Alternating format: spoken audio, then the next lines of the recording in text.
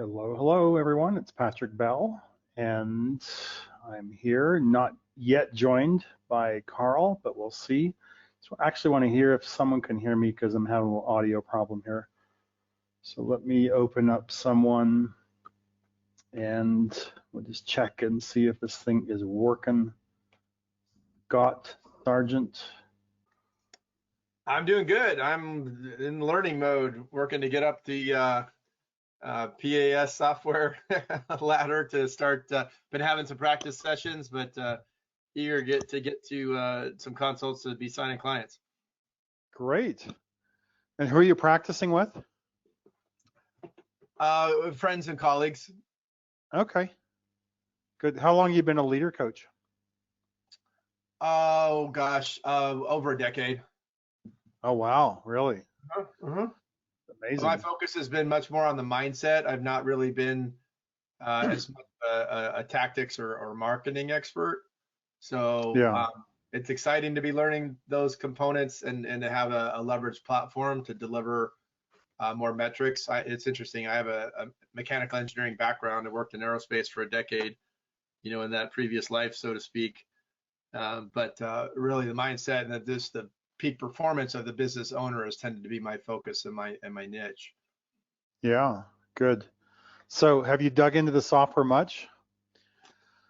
I'm learning, so I'm still got to go through the entire training. I haven't completed the training yet, and Okay. I'm bumping up into little questions and just learning to navigate the software Sure. for the Jumpstart 12. All right. Good, good. Any questions for me today? Oh, geez, thank you. I'm trying to look at Well, I have you live. the things that I've encountered. I think I've been learning more the mechanics of navigating it, and then trying to develop the consultation sort of sales script and conversation around it. Sure, So yeah. I think right now I'm in more of a learning mode. Do I have Okay. I guess, the advice I've been given is to, focus on just 2 or 3 of the categories typically in a consult, which some of those keys are market dominating position, leads, maybe joint ventures, compelling offer, increased prices is kind of highlighted go-to ones. Yeah, okay. But Yeah, let me I'm give you a little mainly tip set then. up to try to listen and learn. Okay. Well, let me give you a little tip off the start. This is one thing I like to do, and it's maybe my personal preference here. I use a Jumpstart 40. And what I'll do is it's the same as the Jumpstart 12, except I think you've got 27 areas here. We've rolled sales team all into one. And I'll come up to the top left. Can you see my screen moving okay? Yep. Okay. So I just open up everything and I have these in front of me. And then from here, I find the ones that I really like and I really am comfortable finding the breakthroughs in. But being aware of everything, because sometimes you're just in conversation, you're chatting with someone, you're kind of hunting for where could you find the breakthrough. And one of these ideas just sparks an idea like, oh, maybe it's close rates, and you jump in there and then you find the breakthrough. So that would be my suggestion. But definitely have your favorites here. Everyone has just really got little intro section, 5 or 6 questions, maybe 4, 5, 6 questions, and then of course your impact is where you end up. So that would be what I would suggest. And just another thing, we have a role play service. I'll bring it up right away. And this is something that people are just really, really finding fantastic results with. Bottom line, there's 3 role plays. You'll do 2 with Holly. She's our role play specialist. She's also my wife and part of the team here. And she leads you through 2 different scenarios, one being easy, one medium, super easy to close, super friendly.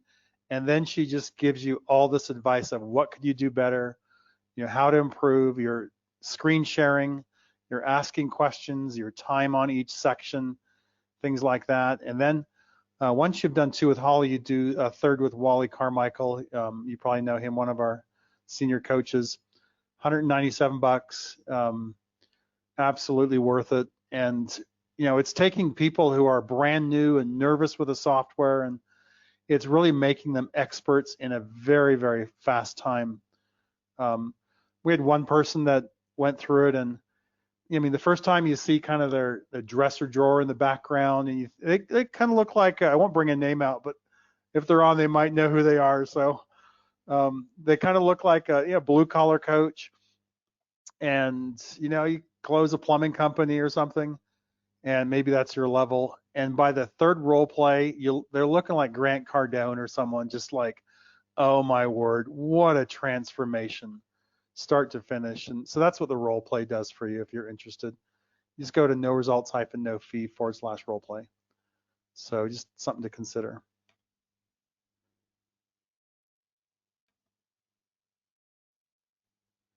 All right, Scott, anything else? Well, I got you there.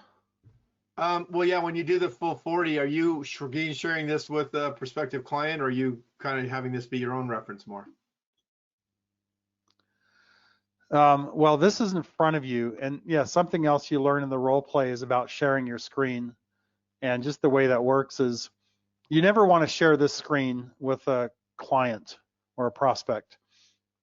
These are the questions, the scripts, the notes here that make you look and sound brilliant.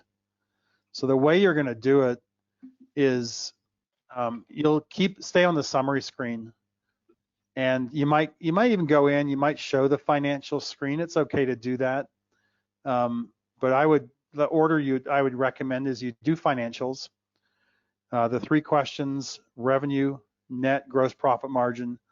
You can do an industry or find something that they're similar to that, or you enter your own numbers. And then I'd go and hunt for before you do valuation, I would go and hunt for a area of impact. So let's say market dominating position. But before you go here, you hide your screen. You come back to summary, and you're on here. You've got your basic numbers. You got nothing in the middle yet.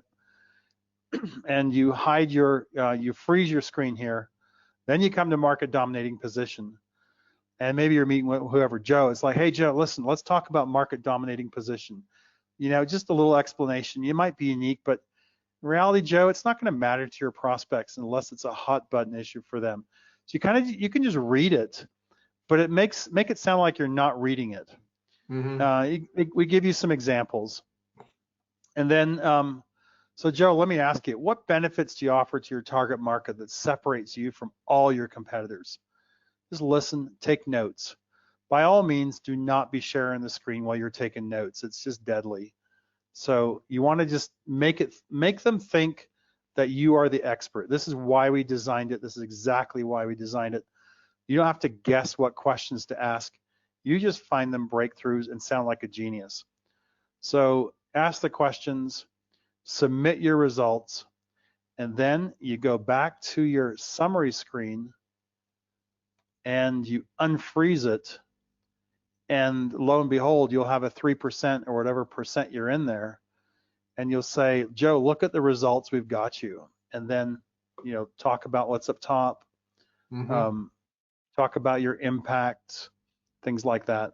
Now at that point, you might go back and do valuations like, oh, I wonder how this might impact your valuation. Let's just ask a few questions here. You go and do that, so then the graphs fully activate under valuation. It's like, hey, let's go and find a couple more. And you go, but before you go there, come back to summary screen, freeze the screen, and then go and hunt. So that's what I'd recommend you practice, and get really good out there. Make sense? Is freezing the screen a go-to webinar functionality, or does Zoom have that too? I'm not familiar with using that. I mean, go to webinar, I think has it. Zoom definitely has it. Just your Zoom pause button. And if you're not sure how to do that, there's tons of videos on YouTube. Just like, how do I freeze a screen on, just search that on YouTube and How do I freeze a screen on Zoom? And plenty of ways to do that. So, yeah. Great. Awesome. Thank you. You're welcome. Great to talk to you. Great to connect. All right. I'll put you back on mute unless you have another question. I'm good for now. Thank you, Patrick. Okay. Very good. All right. I think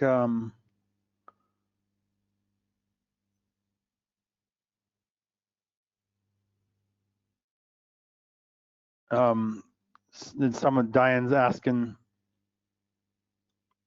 how deadly is it not to do that? How deadly is it not to freeze your screen? I would say it would probably detract from your credibility 30, 40%. That's just a subjective number there, Diana. Another way you can do it is you can work, if you don't want to do it that way, you can actually open up the software again and pull it onto a second screen. So if you're operating off of 2 screens, which I recommend everyone does just for productivity's sake, very much a lot easier than working off of 1 screen. And once you work off 2 screens, you'll never go back. But just have a monitor set up, and then you could have on the screen that you're showing, just keep it on the summary page here. On the other screen, open up the same assessment on your different screen. Ask the questions down below on your lower screen. That's what I'm kind of looking at. You can't see my face, but I'm looking at my laptop. That'd be my lower screen. This screen that everyone sees is my big monitor. So I'd be asking questions on my laptop. And then what you do is you come up to your main screen here and just refresh the page after you've submitted results. And then what happens is you come back to that same screen if you've got good internet. And it took a while today. It could be the Kenya internet here. But these numbers will then update. And so that's another way to do it. I would just say if you don't have 2 screens, I just keep practicing. And yeah, I understand the ADD thing. It just takes a while to get, so that's what I recommend. And yeah, bite the bullet, get a second screen. And I'd recommend, go to like Best Buy or something, get a small TV. And as long as you have HDMI cable, just tell them what you want. And TVs are often cheaper than monitors. They have pretty good resolution these days. And I have a, 34-inch TV in front of me. So I like to have something big enough that I can sit straight in front of my head and I don't have to bend my neck down and wreck my neck. So yeah, you have your laptop, and then I just put if I could show you my setup, I would, but I put my TV screen on top of an old box, and that sits up eye level, and so I can just stare straight ahead and not wreck my neck looking down all day.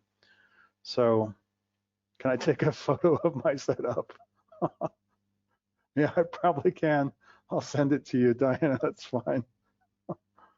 Yeah, I could show you my whole house while we're at it. I'm just kidding.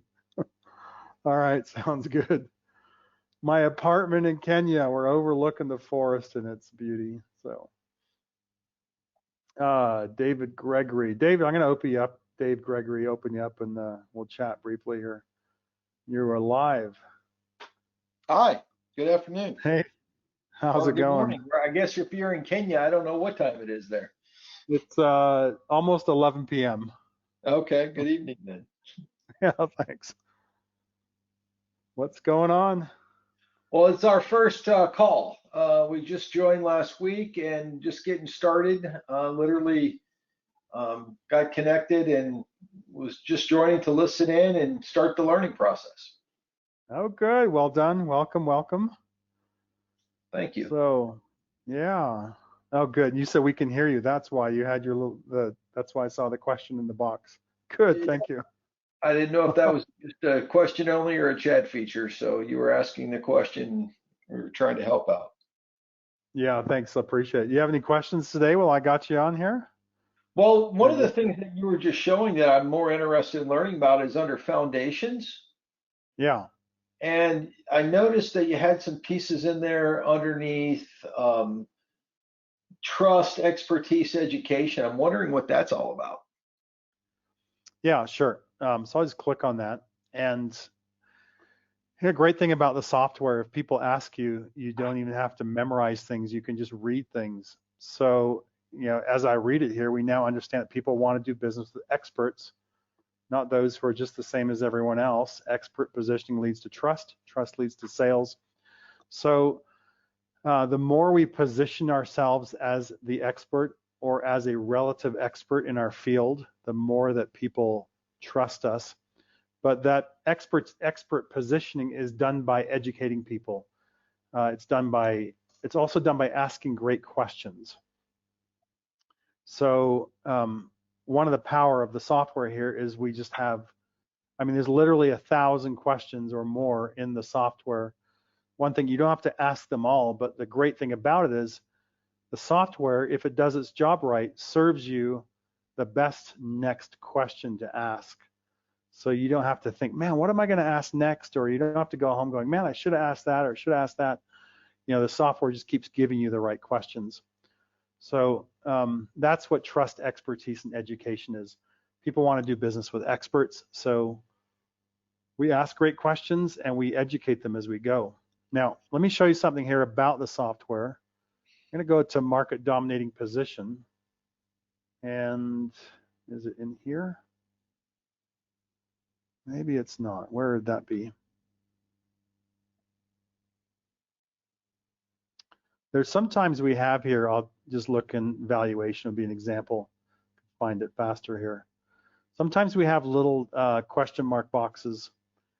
And this is one reason you want to freeze your screen and not be showing these, because if you ask the question, is your business model scalable? And they go, well, can you explain that? If you've frozen your screen, you can say, sure, and then you read it, and they're not seeing you read it. Now, if you're reading it in front of them, they're going to know right away, this person doesn't really know what they're talking about. But if you have this instant explanation at your fingertips, and you're educating as you go, again, another example is market dominating position or everything. You've got this education at the beginning, and you've got examples you can just pull out of your hat, so to speak. And you've got this for every section. You can always sound like you know what you're talking about, even if you've never really talked about market dominating position before. So that's what it's for. And we've got these little questiony things all the way through. Just wish I knew where they were offhand. Oh, here they are. Okay. So here's a great example. We're in the leads area. Do you use direct response marketing? And they go, what does that mean? Well, direct response advertising then evokes an immediate response, an action, a visit, a call, purchasing decision. You can just read this and it's brilliant. And then they go, do you follow the conversion equation? They go, what does that mean? As well, the conversion equation contains all this. So you don't have to memorize this stuff, though it does help you to know it, of course. But as you're getting started, and it might take you a year to know how to answer everything, but it's just right at your fingertips. So that's the power of educating. Make sense? It does. Can you tell me a little bit about your success gauge over on the right-hand side? I don't know that I saw that in the demo or noticed it. Yeah, success gauge is a little wonky right now. We've got plans to update it a lot because it's not performing the way we want it to. The way I'd use it right now is there's a few questions in here. If you're not sure you want this person in front of you as a client, you got some questions in here you could ask. Now, I would definitely ask number 3, regarding your personal reaction to change, how would your friends or associates describe you? Because if they say, hey, I usually resist changes, or I'm generally skeptical, they're really hard people to work with. Mm-hmm. Are you coachable? If they're honest and they say, not really. And how hungry are you? A 3. Like, do you really want this person as a client? You're going to be fighting tooth and nail just to get them to do anything. They're always going to resist you and all that. I put this in originally we put it in like, do you have the capacity to handle a sudden influx of new customers? And the idea was that if they do, they're a better client than if they don't. I ran across someone who goes, no, I don't. I don't have the capacity to handle anyone new. I'm just trying to optimize what I have. And so you have to decide, can you help that person? Can you help them optimize what they already have?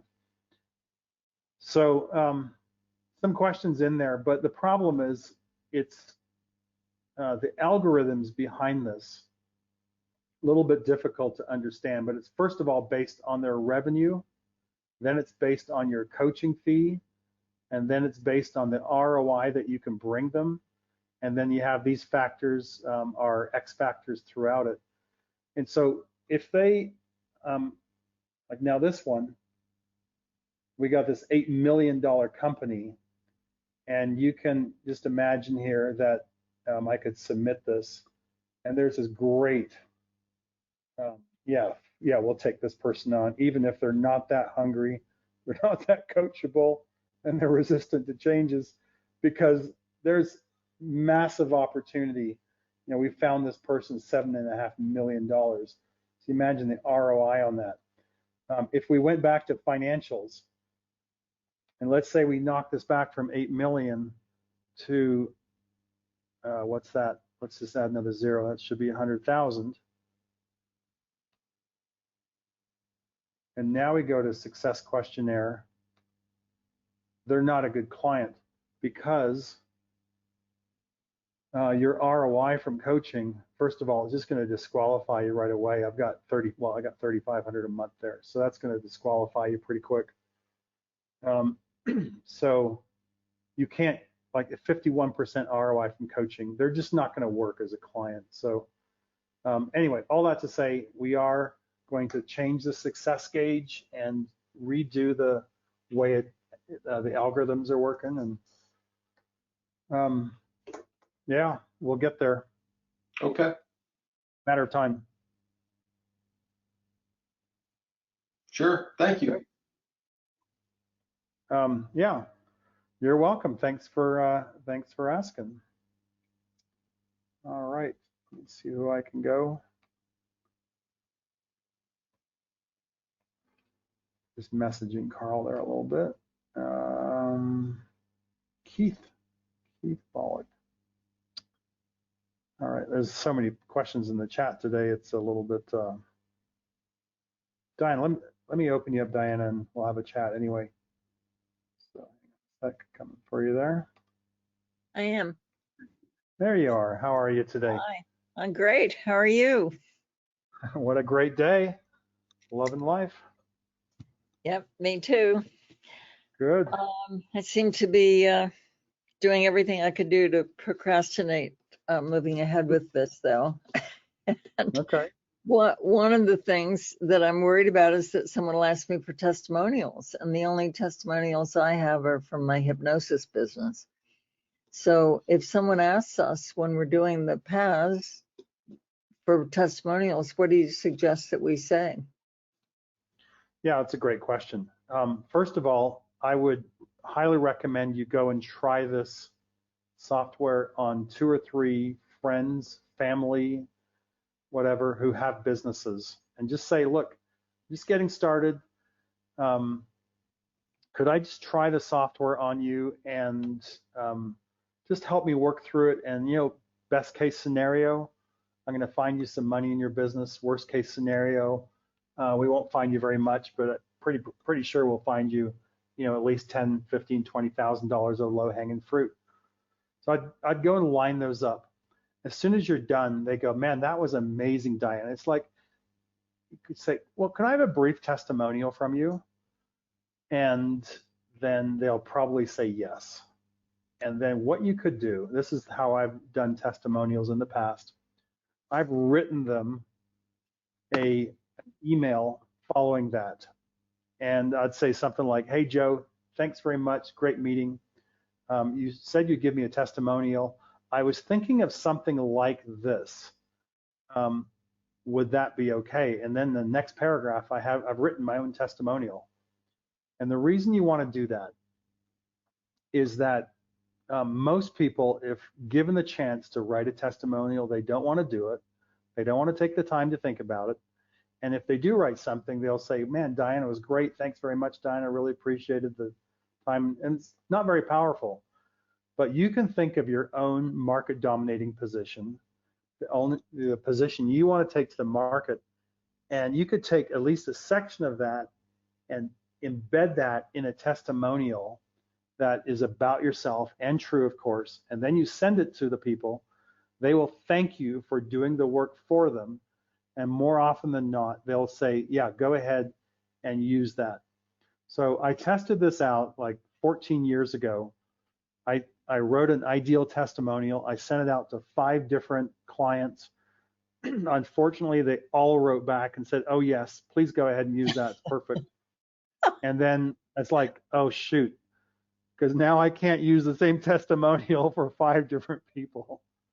So then I got a little smarter and I wrote out 5 different testimonials that as a combined whole showed my market dominating position. And then I sent those out to like 5 other people. And between all 5, they all wrote back and said, yep, you can go ahead and use that. It was like, it was effortless. And so I just, they signed off on it, that I could use it in my marketing. And I just kind of, let's say I was the ghost writer for it.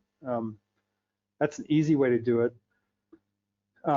Now, if you don't want to do that, you could still come back and say, first of all, most people aren't going to ask you for testimonials if you ask great questions. But what you could say is, I'll answer that question in a minute, but first let me ask you a couple questions, and then just start into the software. And I promise you, if you find them breakthroughs, they don't care about testimonials anymore. They really don't. They just want the money. So that would be my answer on that.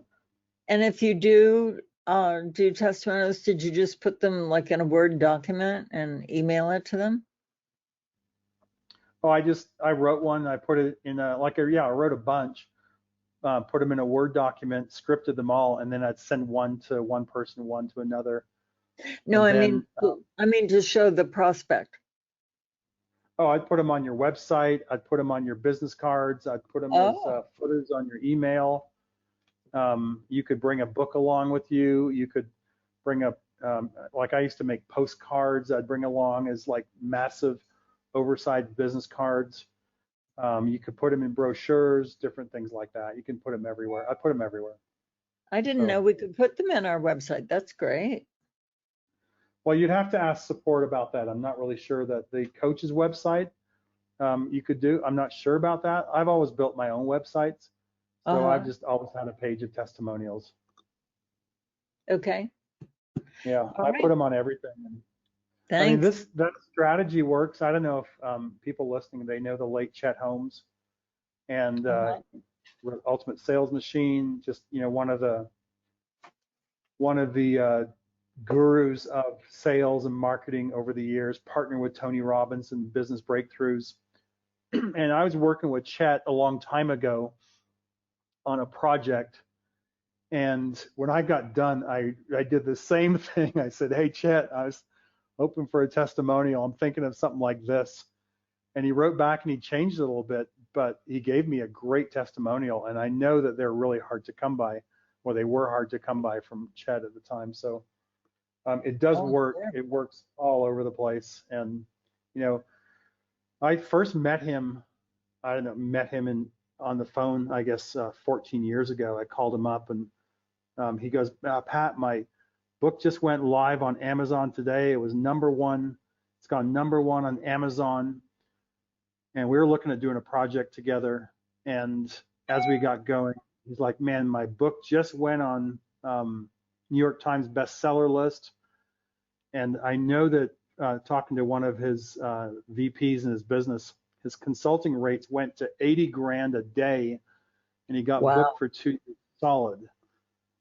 And it's like, so that's what happened to New York Times bestseller. That's his positioning. And so the project I was hoping to do with him just fell through. It's like, he didn't have time for me anymore. But I got a testimonial at least. Well, and just working with him must have been fantastic. I mean, he was amazing. Oh, he was pretty brilliant. And if you go through the software, there's elements of Chet through the software. it's got his fingerprints on it, let's say, and a little bit breathed a little bit of his life into it. So especially in the sales team section. So Cool. Well, thanks, Pat. yeah, you're welcome. Great to talk to you, Diana. Always good to talk to you. I'm gonna put you on mute. Keith, I'm gonna open you up. Keith, where are you? Keith, there you go. Keith, I think you're self-muted there. Yeah, you are. Keith, you with us? Okay. There you are. Can you hear me now? How are you? Yeah, I can hear you. Great. I'm just here in rainy Kansas City. But I've been joining once in a while here just to get an update on the group version of this. Pretty anxious to start doing some group coaching. Okay. Yeah, so the cat is not yet let out of the bag except for there's a lot of people on the call today. There's a little sneak peek. There is going to be some group coaching software coming shortly. I was supposed to have my greedy little hands on it yesterday. And when the developers did not deliver, I scolded them strongly, let's say. I'm hoping for Thursday for myself. Be probably Thursday night, could be Friday morning. So Okay. let's say it's imminent. I need to take a solid week and go through it section by section, and then we'll be looking for some beta testers to look at it. So, Okay. yeah. Do you know if there's a place to go and just really understand how to do a group coaching session? I mean, I kind of, in my mind, I think about, am I having everybody that's on the session with me work through some exercises individually, or kind of how that works? I don't want to talk too much about it here. Okay. Let's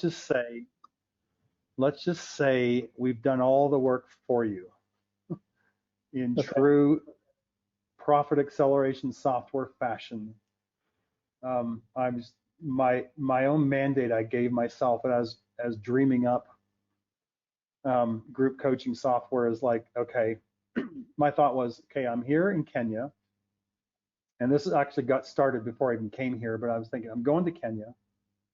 I'm working full-time for Leader. I don't have time to take on other clients, but I'd love to coach people in a group, but I don't want to do any work through the week. I want to just have everything done for me. I want the software to do everything for me, and I want to show up once a week and meet them, and everything else and all the emails and all the follow-up and all the checklists and all the worksheets and all the homework and all the quizzes and everything that's going to go with it and all the video lessons.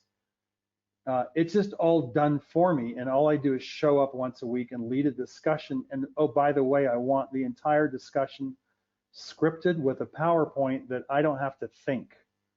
Is that possible? So my little bit of laziness was a motivation. So I was thinking that, and lo and behold, the next day, Carl calls me and says, "Hey, Pat, we need group coaching software. Can you do it?" I'm like, oh man. So that was back in, I think that was back in November. That's how long we've been working on this.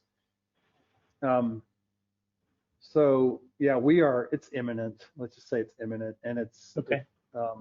And it's going to be an ongoing project as well. We just think phase 1, phase 2, phase 3. We're coming into phase 1, and I think you guys are going to love it. So hopefully in about, let's say 10 days, we'll have an unveiling, a big meeting, and we'll have a big announcement and all that. So just hang on a little bit longer. It's coming. Great. Well, I'll give you kudos online then, since other people are here, that my first time using the application resulted in a $6,000 a month client. Nice. And really, I have to give kudos to the software, because it allowed me to walk them through it. And it was supposed to be a friend he's a friend or a person from my church who I was using as a practice session. And at the end, he said, "Hey, Keith, wait a minute. because I had told him before we even got started that I wasn't trying to sell him something. And when we were done, he said, "Hey, wait a minute, if you can do this for me, sign me up." So turned out pretty good. That's a great testimony, and that's great for Diana to hear as well. Just get out and practice with friends, family who have businesses. And like Keith just said, hey, $6,000 a month client. I mean, that pays a few bills there, and that's amazing. Well done. Yeah, that's 40 hours of my time a month. And what I'm doing is going into his office, or not.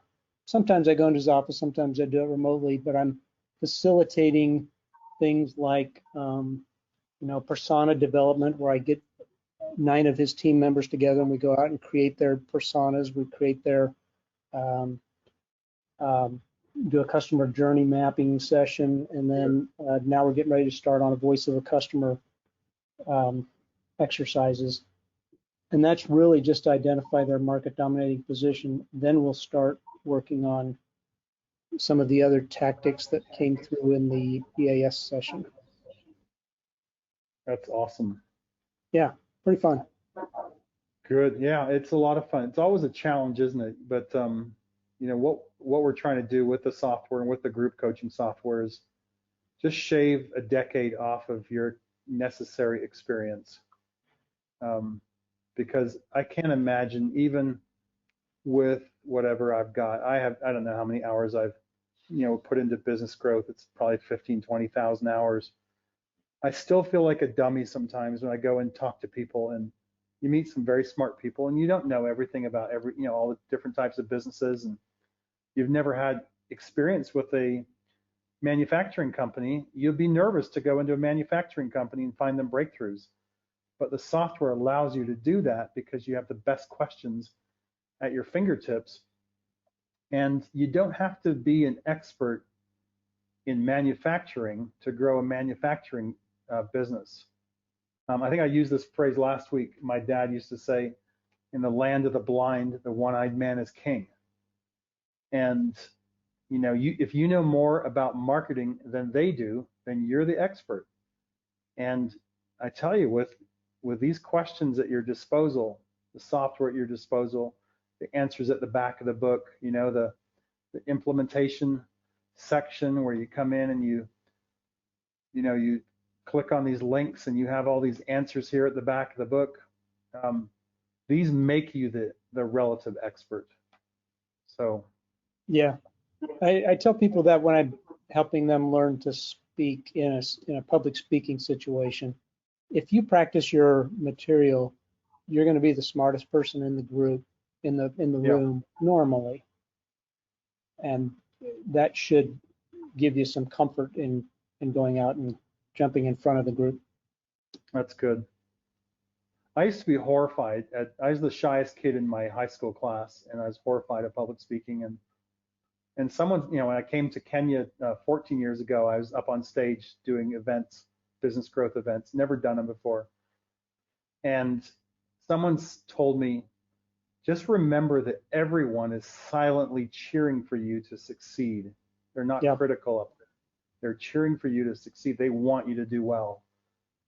And after 3 or 4 minutes of my hands shaking uncontrollably, I settled down and went for 2 days, just with scripted module presentations, and it went really, really, really well. So yeah, nice. That's awesome. Good. Yeah, and that's another example of people want to do business with the expert. You imagine standing on stage for 2 days, or even for whoever, 3 hours, and delivering a presentation, and people go, automatically, you are the expert. So I look at doing presentations. If you guys have a chance to get out and do focus groups or presentations, even webinars, I look at it as a sales pitch in disguise. And not that I'm using anything, I'm not using any time to sell, but I'm proving through a 1 hour or 3 hour or 2 day event that I'm the expert. And the only obvious choice is that they want to do business with me. So It doesn't always work, some people, it's just the wrong target market, whatever, but I've sure got some great clients through it though. All right, good. Irene has her hand up. Irene, coming for you. You are muted, self-muted. Okay. Hi. Thank you, Pat. Yeah, I've been giving some PIS sessions to some really tiny businesses lately, just friends who need some help. And so normally I never go above like 10% when I'm putting a percentage down. But their incomes are so low. Some are startups, some are one person was just at a standstill for years. It's not her main job because she's afraid to sell. But anyway, I'm not sure what numbers to put down. So I'm ending up where, like, this one woman was making about $5,000. I don't know, something about, I'm sorry, I forgot her numbers. I have to look it up. But I was able to double her low income. But I feel like maybe I should be putting 50% or 100%, into the estimations, because when I would put in like 10 or 15%, it would come out to less than one client's worth. So I'm just wondering what to do when somebody is at, startup, or they're really just not succeeding in their business. Yeah, great question. I think if they're not making, if their income is so low that it doesn't make sense, what you could ask is, what is the typical business owner like yourself in the same niche? What do they make? Is it 150,000 a year? Is it 200,000 a year? Is it 75? Because if they're making $5,000 a year just starting up, your numbers won't make sense. But let's say they'll go, oh, the typical makes $250,000 a year. So let's say, well, let's put those numbers in and see what could happen if we just get you to average, and what kind of impacts we could have in your business. Something like that. So you would say, look, if we do market dominating position, it's going to bring you, it should, increase your business by $12,000. So if they're only making 10,000 originally, and you're going to, more than doubles their business, but it's not really realistic. So, yeah, I mean, I don't think the software is originally designed for startups, although it could help you build a good business plan. It's not really designed for micro businesses.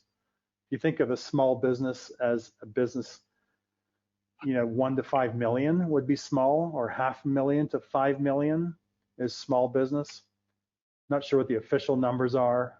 Anything under $1 million would be considered micro. So, or anything under $500,000 is a micro business. It's kind of a hobby if you're under 100,000. It's not really a business. So it's nice to help. Yeah, I would say for a friend like that, to say, hey, look, because you want to position yourself, and what are you going to charge a month if it's $9.97 a month for, an hour a week, or if it's a couple grand a month. But you can't help businesses making 10 grand a year. I mean, there's just no money in that. So that would be like a pro bono for a friend to give some preliminary advice. But I was talking to a guy that I just met a guy last week here in Kenya, and I actually met him like 14 years ago. And they're doing this. They're helping these deaf people become baristas and start up a deaf barista business. So cool. So he's like, Pat, can you give us some help? And we initially had that discussion. I said, Sean, my experience over the years is if I give free advice, people don't respect it and they don't do anything with it. It happens over and over and over again. And I said, believe me, I don't want to make any money from this business. I'm well taken care of. I don't need to make any money here. I'm not looking for anything, but we have to find a way for these people to pay for the advice they get. We haven't found that way yet, but I want them to pay for it because they won't respect it if I give it to them. It just plate out way too many times. And I'd say the same with your friends. You know, if they're making 10 grand a year, they can't afford you. But I mean, they could put them in your e-learning center as a member, charge a minimal amount for that, you know, $97 a month or something, or just have a simple session with them and say, look, let me give you 3 or 4 ideas, but you know, I can't work with you ongoing, of course. So I don't know. It's really tough when you're dealing with micro, ultra micro. I don't know what the word is. It's so small. In my world, I'm meeting a lot of solopreneurs when I'm networking, you know, so a lot of people I know I've been in. But I still do well. And if they have a decent business, they've been around for a few years, I can, you know, find them $70,000 or, you know, $100,000 more dollars than they're planning. So we still get good numbers if they've been relatively successful. Yeah. Okay. All right. Thank you. Yeah, it's kind of like a hobby, you know, and I don't know. I guess everyone's expectations are different, and some people don't. You know, if you're under $1 million, you're small. If you're in Texas, then you're under 100 million, you're probably small. It's all relative. People here, they're hoping to make $200 a month in their business. They think it's pretty cool. They can make $200 a month. So it's just all relative. It's just, you know, where you come in the world and what your expectations are. But yeah, someone told me here when I first came, and they said, you know, it was a Kenyan man, again, a friend from a decade ago, and he's a senior statesman now. And he said, a lion expends as much energy chasing a rabbit as it does an antelope. He says, don't chase rabbits. So very good advice. But there are people along the way you want to help, and you know, people are suffering and struggling, and if you can reach out and help them a little bit, that's awesome, because you got the tool to do it. I'm thinking of doing a group for some solopreneurs. Yeah, a group experience would be a lot better for them, I think. Yeah. So good. Any other questions, Irene? No, thanks. I'm good. All right. Well, it's good to chat. Let's see here. I'll put you back on mute if I can. The board stops jumping there. Let me just open up this question panel, see what else is going on here.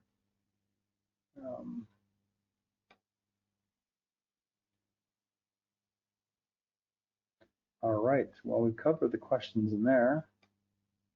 Let's see if anyone else has. Okay. There's a name here, Ade Tutu. I'd like to talk to you if you're there. I see your name a lot here. Try self-muted. Are you there? Ade Tutu.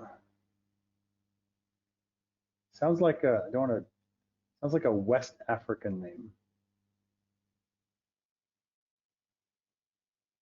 Okay, you're self-muted. If you want to unmute, you want to join the conversation, it's great to chat. Let's see. Who else is here? Oh, Rida, okay. Rida, coming for you.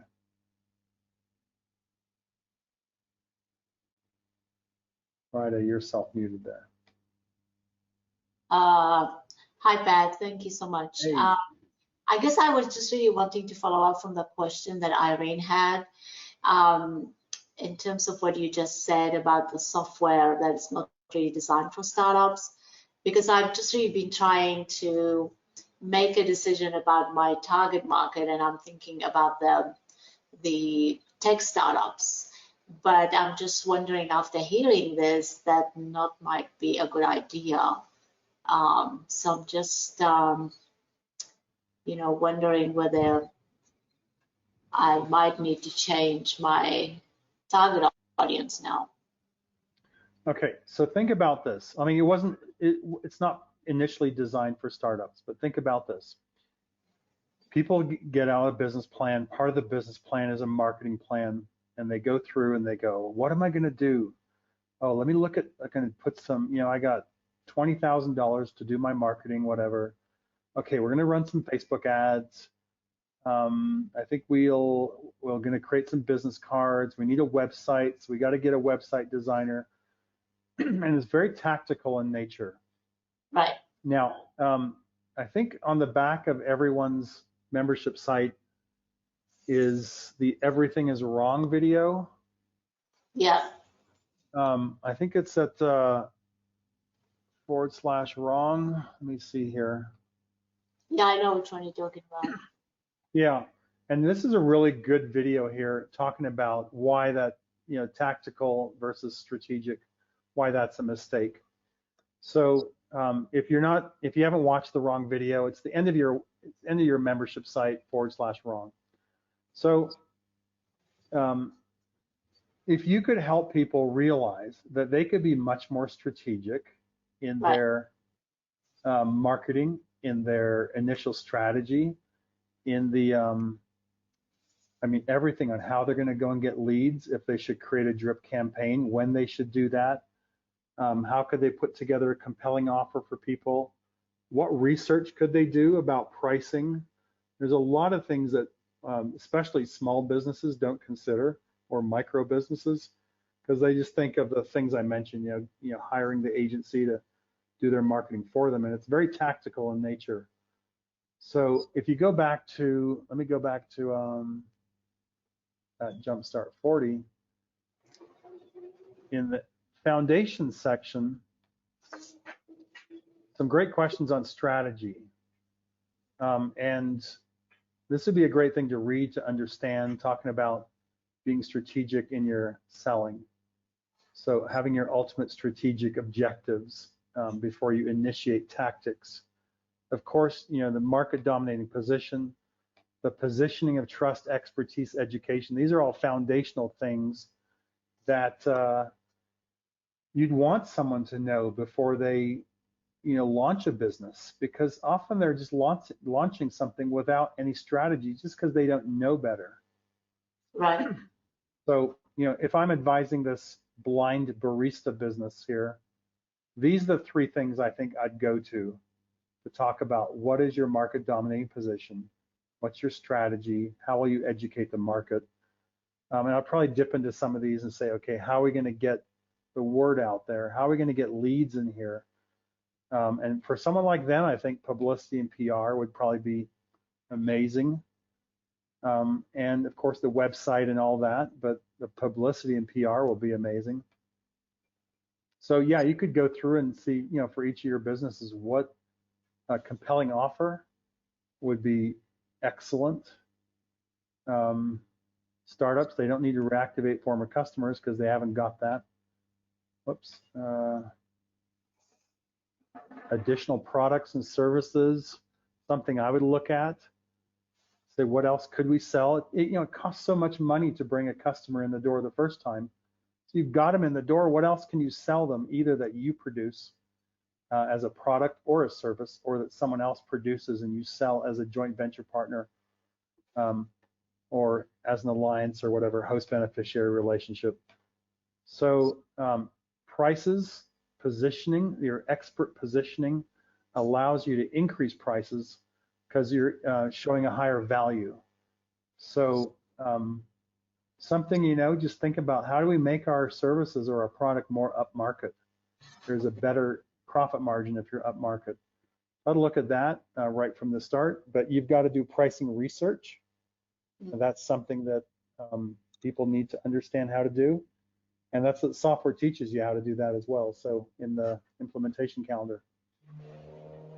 And then increased longevity is an interesting one, because it just teaches you whole sections. How do you love your clients more and care for them more and serve them at a higher level? And just having that brainstorming session, whiteboard it, and or whatever it's called, worksheet it, and say, how can we serve our customers better than our competitors do? What else can we offer them? Has a high perceived value but a low cost to deliver? What else can we give them?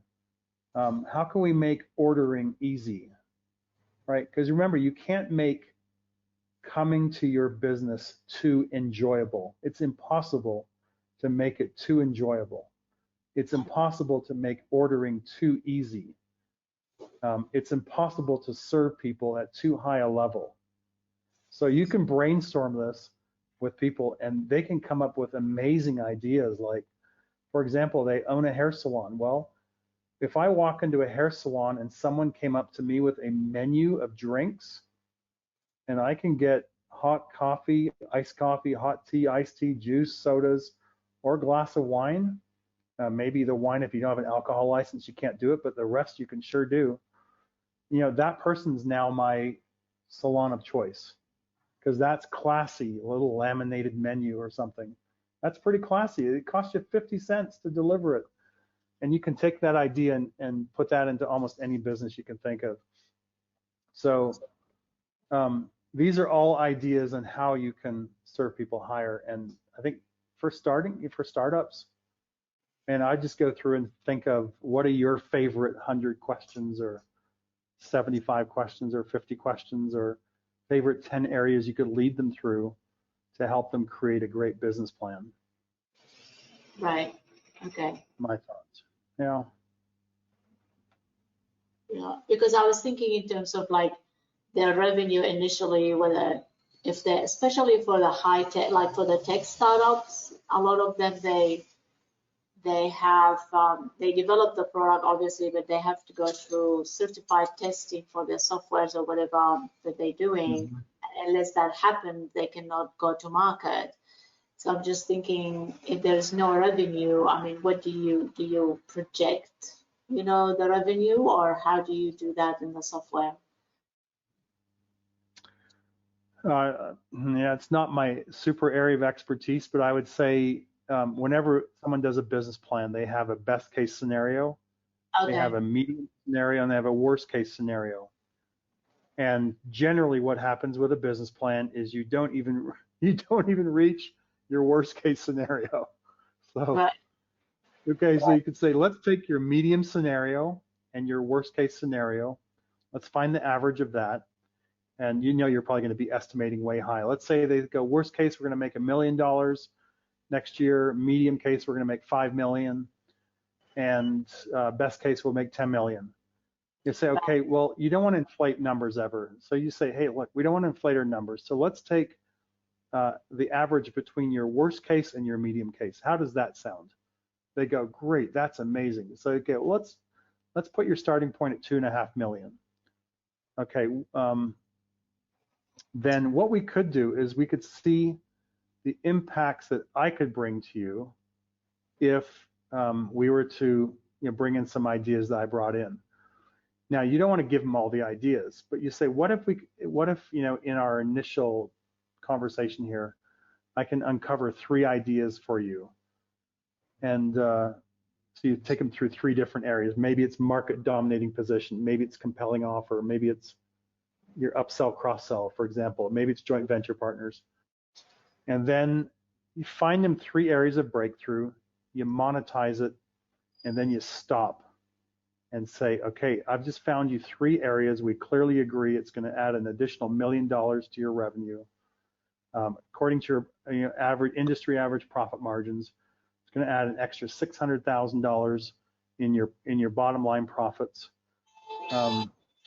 Would you like me to help you do this and implement this? And then that's where you just shut up and they'll say yes or no, and you get a contract before you go any further. So. Okay, great. Thank you, Pat. Appreciate that. Yeah, I'm not sure if that's great advice, but that's my best advice anyway. So. I know it's getting your way, so thank you so much. Oh, you're so welcome. All right, good. I see some more questions in the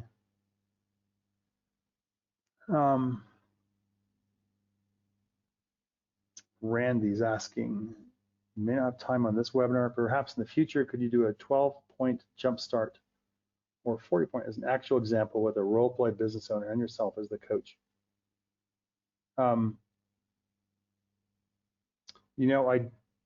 Randy, we have 3 examples, and I have to check with Adrian and see if the coach gave permission on this. We have an example of a coach who started very average, very poor, did a good job maybe presenting, but so many factors were just average.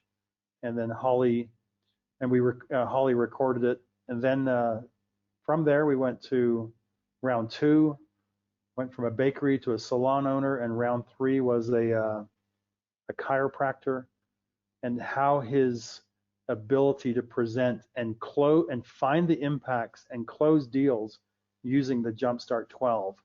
Just phenomenal increase in ability in just about a week and a half. So let me see if, let me just make a note to myself, and I'll follow up with Adrian on that and see if we can get those released to the group. All right, guys, well, thanks very much, and wish you guys all the best. I'll be back here Thursday, hopefully with Carl, and yeah, just get in there, keep practicing, and if you have any questions, please go to pas@noresults-nofee.com, and those questions will come through first, I guess, to William, our developer, and they might come to me, so happy to answer your questions there. All right, thanks very much. Take care. Bye-bye.